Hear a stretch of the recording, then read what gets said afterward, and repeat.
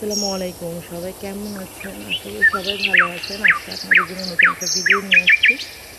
তো আমার এই ভিডিওটা যদি আপনাদের ভালো লাগে তাহলে অবশ্যই চ্যানেলটা সাবস্ক্রাইব করবেন আর রেসিপিটা শেয়ার করে টাইমলাইনে রেখে দিবেন। তো আমি আজকে বানাবো ফুলকপির পাকোড়া। তার জন্য আস্ত একটা ফুলকপি নিচ্ছি, আস্ত করে ছোট ছোট করে কেটে নিচ্ছি। এখন এটা ভালোভাবে ধুয়ে একটা প্যানের মধ্যে বসায় দিচ্ছি। আর দিয়ে দিতেছি হলুদ, মরিচ, ধনিয়া, স্বাদ অনুযায়ী লবণ। এখন এটাকে 50% এর মতন সেদ্ধ করে নেব। তো মশলাগুলো কোনটা কি পরিমাণে দিচ্ছি সেটা আমার ডেসক্রিপশন বক্সে দেওয়া থাকবে, আপনারা ইচ্ছা করলে দেখে নিতে পারেন। এই যে ফুলকপিগুলো 50% সেদ্ধ হয়ে গেছে, এখন একটা ছাঁকনির সাহায্যে এগুলো তুলে নেব। ফুলকপি তো একটু নরম, তাই এটাকে আস্তে আস্তে তুলতে হবে। এখন ভালোভাবে পানি ঝরিয়ে আমি এটা তুলে একটা সাইডে রেখে দেব। এটা ঠান্ডা হইতে হইতে আমি একটা কোটিং রেডি করে নেব। তো কোটিংয়ের জন্য আমি এখানে 2 কাপ ময়দা নিয়ে নিছি। এটা বেসন, চালের গুঁড়া অথবা ময়দা দিয়েও করা যায়, আটা দিয়েও করা যায়। তো আমি ময়দাই নিয়ে নিছি। তো 2 কাপ ময়দা নিয়ে নিলাম এখানে।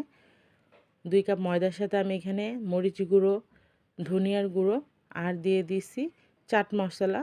চাট মশলাটা দিলে অনেক বেশি টেস্টি হয়। আর দিয়ে দিছি স্বাদ অনুযায়ী লবণ। এখন এই শুকনো উপকরণগুলো ভালোভাবে মিক্স করে নেব। এরপর এখানে অল্প অল্প করে পানি মিশাবো।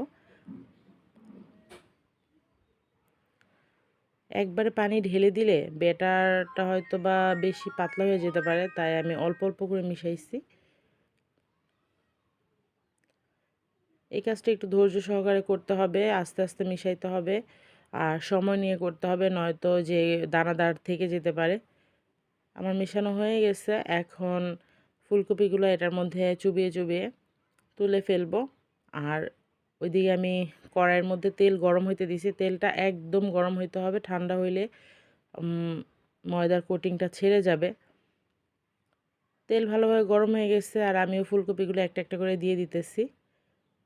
চুলার আঁচটা এই পর্যায়ে মিডিয়ামে থাকবে, যদি বাড়ানো থাকে তাহলে ক্রিস্পি হবে না। কম আঁচে, মানে কমও না বেশিও না, মিডিয়াম আঁচে এটাকে ভেজে নিতে হবে।